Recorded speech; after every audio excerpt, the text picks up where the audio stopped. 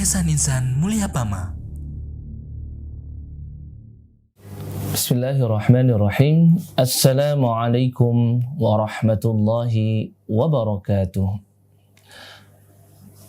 Alhamdulillahilladzi hadana lil Islam wa arsala ilaina Muhammadan khairal anam wa anzala alaihi al-Qur'ana khairal kalam yahdi bihi Allahu man ittaba'a ridwanahu subulas salam.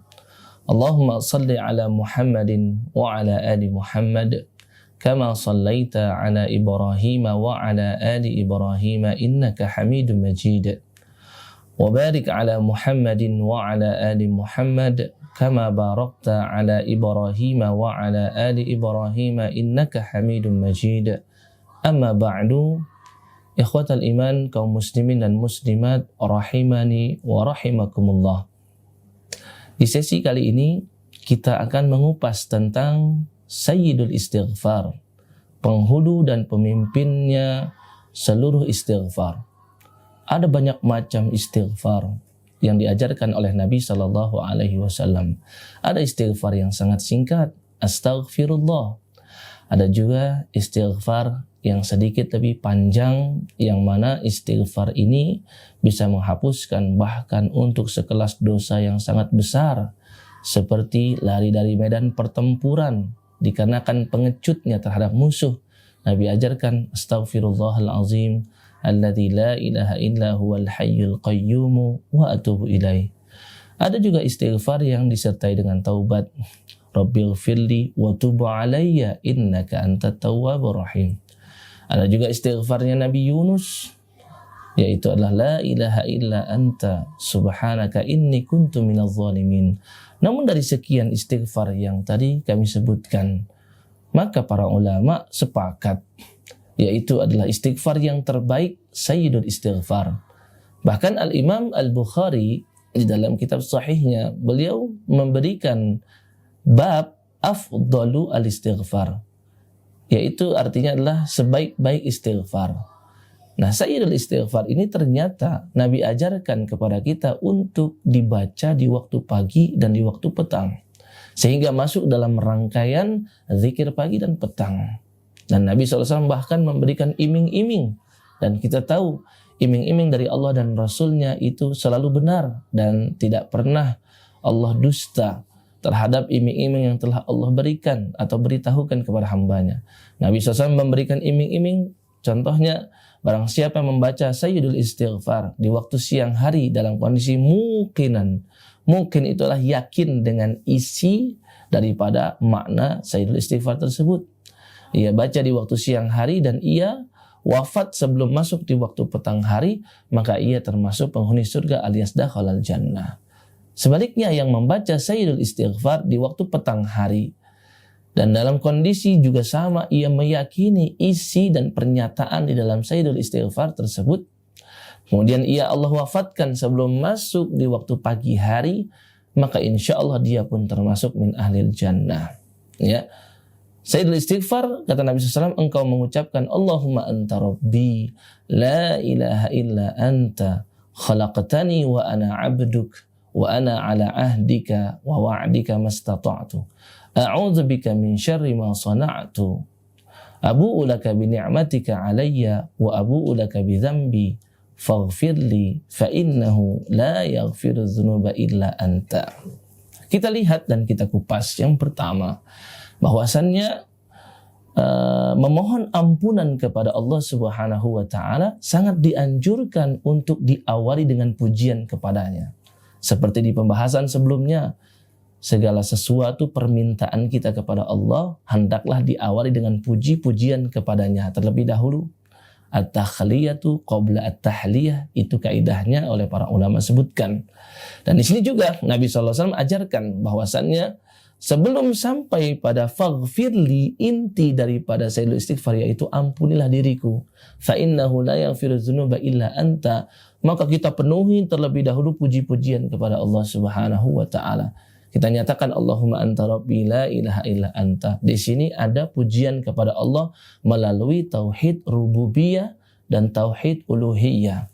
Artinya memuji Allah dengan menyebutkan kerububiyahannya dan menyebutkan keuluhiyahannya.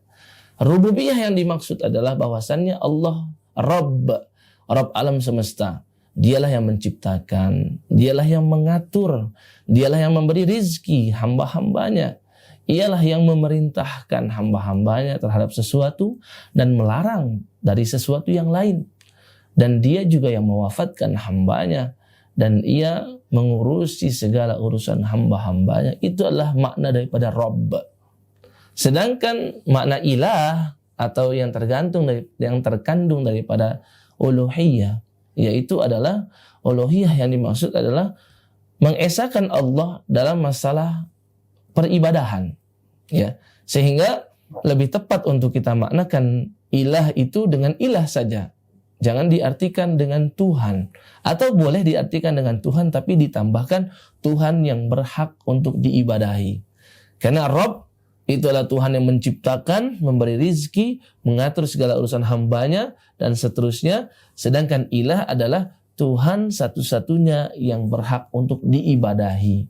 Ya, karena tidak ada yang berhak untuk diibadahi selain daripada Allah Subhanahu wa Ta'ala. Nah, sebelum meminta ampunan kepada Allah, kita nyatakan terlebih dahulu, Allahumma anta rabbi. Kita puji Allah. Engkau Allah Rabbku, ya Rabb, ya Allah. La ilaha illa anta. Tidak ada Tuhan yang berhak diibadahi selain engkau saja. Dan itulah kenapa para nabi dan rasul di banyak firman Allah Subhanahu wa Ta'ala disebutkan doa-doa mereka diabadikan di sana dengan mengawali dengan tauhid rububiyah dan uluhiyah. Kita lihat Nabi Adam misalkan. Nabi Adam melakukan suatu dosa dan pelanggaran yang sangat fatal. Yaitu Allah memberikan kebebasan seluas-luasnya kepada Adam dan Sayyidah Hawa, bapak dan ibu seluruh umat manusia, untuk mengkonsumsi dan memakan apapun yang ada di dalam surga kecuali satu pohon saja yang dilarang untuk disentuh dan untuk dimakan. Tapi ternyata Nabi Adam dengan bisikan iblis pun akhirnya ia pun melanggar peraturan Allah tersebut. Dan ternyata ketika ia bertaubat kepada Allah, ketika ia memohon ampunan kepada Allah, Allah berikan ilham kepada Nabi Adam dengan suatu doa yang sangat bagus dan juga diawali dengan Rabb terlebih dahulu. Memuji Allah dengan kata Rabbun, tauhid rububiyah. Dan doa ini Allah abadikan di dalam firman-Nya pada Quran surah Al-A'raf di ayat ke-23. Rabbana zalamna anfusana wa in lam taghfir lana wa tarhamna lanakunanna minal khasirin. Diawali dengan Rabbana terlebih dahulu. Ternyata Allah ilhamkan kepada Nabi Adam untuk terlebih dahulu menyebut kata Rabb. Ini menunjukkan betapa pentingnya ketika kita meminta sesuatu kepada Allah, wabil khusus meminta ampunan, diawali dengan memuji Allah dengan kata Rabb. Kemudian juga kita lihat misalkan Nabi Zakaria, ya, di dalam firman Allah Subhanahu wa Ta'ala pada surah Maryam surat ke-19 di ayat yang keempat, Nabi Zakaria berdoa, qala rabbi inni wahanal azmu minni washta'ala ar-ra'su syaiba walam akum bidu'aika rabbi syaqiyya. Rabbi inni wahanal azmu minni, ya Allah, aku telah lemah tulangku ini. Ini menunjukkan beliau sudah sangat tua renta. Ya Rabb, aku sudah di usia senja seperti ini. Beliau mengadu kepada Allah tidak dengan nama Allah, tidak dengan nama ilah, tapi dengan Rabb. Kemudian juga walam akum bidu'aika rabbi syaqiyya. Beliau katakan lagi di akhirnya dengan kata Rabb, walam akum bidu'aika rabbi syaqiyya, dan aku tidak pernah merasa putus asa untuk terus berdoa kepada Engkau ya Rabb. Kemudian di dalam Al-Quran juga disebutkan contoh Nabi yang berdoa kepada Allah memohon ampunan dengan diawali terlebih dahulu memuji Allah melalui tauhid uluhiyah. Contoh adalah Nabi Yunus. Istighfarnya Nabi Yunus alaihi salatu wassalam yang diabadikan di dalam Al-Quran, Quran surah Al-Anbiya surat ke-21 di ayat nomor ke-87. Ya, wa dhannuni idh dhahama mughadiban fa dhanna an lan naqdira alaihi fanada fi dhulumati alla ilaha illa anta subhanaka inni kuntu minadh dhalimin. Nabi Yunus memohon ampunan kepada Allah dan bertaubat kepadanya dan mengungkapkan bahwasanya dirinya minadh dhalimin, termasuk hamba-hamba Allah yang zalim. Tapi sebelumnya beliau terlebih dahulu mengucapkan la ilaha illa anta. Tiada ilah yang berhak diibadahi, tiada Tuhan yang berhak disembah selain Engkau saja ya Rabb. Maka demikian juga dengan yang diajarkan oleh Rasulullah SAW kepada kita semua, dibaca di waktu pagi dan petang hari, sayyidul istighfar, diawali dengan Allahumma anta rabbi la ilaha illa anta. Kemudian khalaqtani wa ana abduk. Kita akui betul bahwasannya Allah yang menciptakan kita, sehingga kita sebagai hamba Allah Subhanahu wa taala saja. Kita lepaskan penghambaan kita kepada dunia. Kita lepaskan penghambaan kita kepada selain Allah Subhanahu wa taala dan kita ulangi setiap hari. Boleh kita katakan ini adalah ikrar dan perjanjian kita kepada Allah dalam tempo yang mana sifatnya harian, ya. Ikrar dan janji kita kepada Allah Subhanahu wa taala, kita tetap terus mengabdi kepadanya, bukan mengabdi kepada yang lain. Ingat, Rasulullah sallallahu alaihi wasallam itu diutus oleh Allah untuk mengeluarkan makhluk dan hamba Allah dari menyembah kepada hambanya Allah menuju penyembahan kepada Allah Subhanahu wa taala. Rasulullah sallallahu alaihi wasallam itu pernah bertanya kepada Mu'adz bin Jabal, sahabat Nabi SAW yang mulia, sahabat yang paling mengerti tentang halal dan haram. Nabi bertanya, wahai Mu'adz, tahukah engkau apa hak Allah terhadap hambanya dan apa hak hamba terhadap Allah Subhanahu wa taala? Maka Mu'adz menjawab, Allah dan Rasulnya yang lebih tahu. Maka Nabi SAW bersabda, haqqullahi 'alal ibad an ya'buduhu wa la yusyriku bihi syai'a. Hak Allah atas hamba-hambanya adalah Allah diibadahi, Allah disembah, dan Allah tidak disekutukan dengan sesuatu apapun. Sedangkan haqqul ibad ala Allah Subhanahu wa taala, hak hamba atas Allah Subhanahu wa taala, yaitu adalah alla yu'adziba man la yusyriku bihi syai'a. Allah tidak akan mengazab siapapun yang tidak menyekutukan Allah dengan sesuatu apapun. Artinya apa? Ada surat perjanjian antara kita dengan Allah Subhanahu wa taala. Jika kita berkomitmen untuk terus beribadah kepadanya, mempersembahkan ibadah yang kita lakukan, baik sholat, baik puasa, baik zakat, dan ibadah-ibadah lain, ritual maupun non-ritual, kita persembahkan kepada Allah Subhanahu wa taala saja, maka Allah menjanjikan kita surga. Sedangkan ketika kita menyekutukan Allah dalam urusan beribadah, artinya adalah beribadah dengan niatan selain untuk Allah Subhanahu wa taala. Ingin pujian, ingin popularitas, ya, ingin unsur-unsur duniawi yang lain, maka Allah akan tinggalkan kita dengan amal yang kita lakukan, dan Allah akan penuhi sesuai niat yang kita inginkan ketika di dunia, dan tidak mendapatkan jatah apapun nanti di akhirat atau di yaumil qiyamah, ya. Dan kita tahu, waman aufa bi ahdihi minallah, siapakah yang lebih mampu untuk menunaikan janji daripada Allah Subhanahu wa taala. Tentu ketika Allah berjanji akan masukkan surga kepada siapapun yang menyembah Allah Subhanahu wa taala dan tidak menyekutukan Allah dengan sesuatu apapun, maka dia akan memperoleh surga Allah Subhanahu wa taala. Begitu juga dengan Rasulullah sallallahu alaihi wasallam, beliau pernah bersabda, kullu ummati yadkhulunal jannah. Semua umatku pasti akan masuk surga illa man aba, kecuali dia yang enggan dan enggak mau masuk surga. Maka para sahabat terheran, ya Rasul, ada yang enggak mau masuk surga? Maka Rasulullah SAW menjelaskan, man ata'ani dakhalal jannah. Siapapun yang mentaatiku, dan ketaatan kita kepada Rasulullah itu merefleksikan ketaatan kita kepada Allah Subhanahu wa taala. Karena ketaatan kita kepada Allah sama saja ketaatan kepada Allah Subhanahu wa taala, tidak ada bedanya. Bagian daripada ketaatan kepada Allah adalah taat kepada Rasulullah sallallahu alaihi wasallam.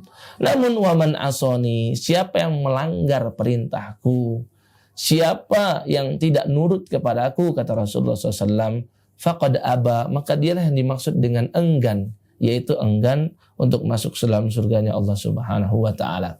Kemudian khalaqtani wa ana 'abduk wa ana 'ala ahdika wa wa'dika mastata'tu. Ya, perjanjian tadi tetap dalam koridor mastata'tu, semampu aku, semampunya, ya.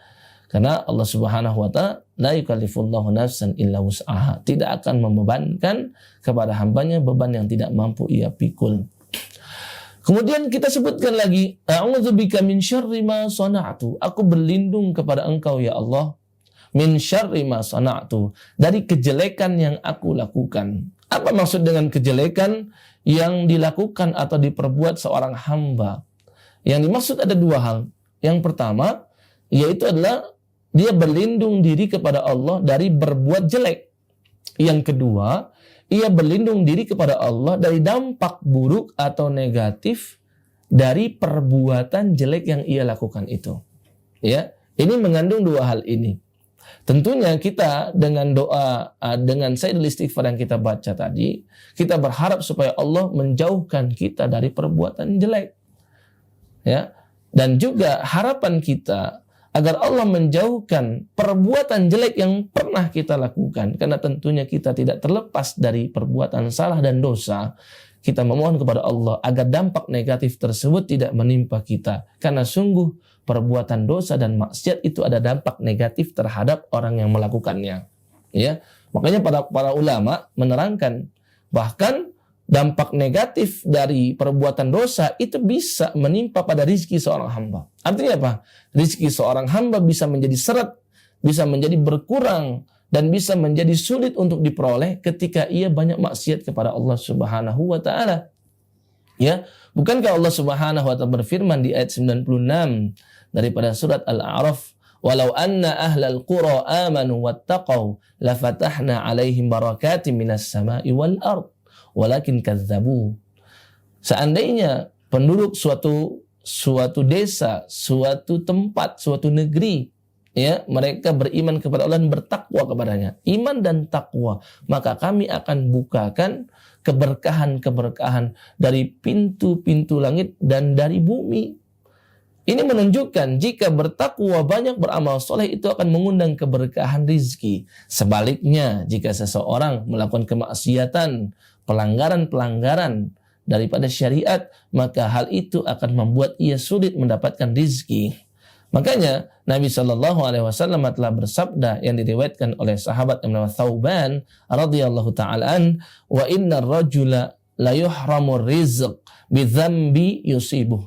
Dan sungguh seseorang akan dicegah dan akan dihalangi dari rizki yang sebenarnya untuk dia disebabkan apa? Bidzanbi yusibuh, disebabkan dosa yang telah ia lakukan.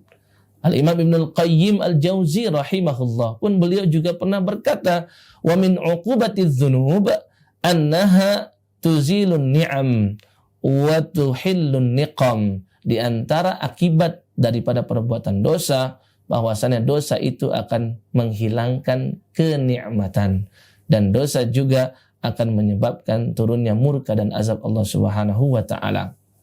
Cukuplah kita katakan, hilangnya rasa nikmat ketika kita sedang beribadah, itu Allah sudah mengazab kita. Kemudian apa?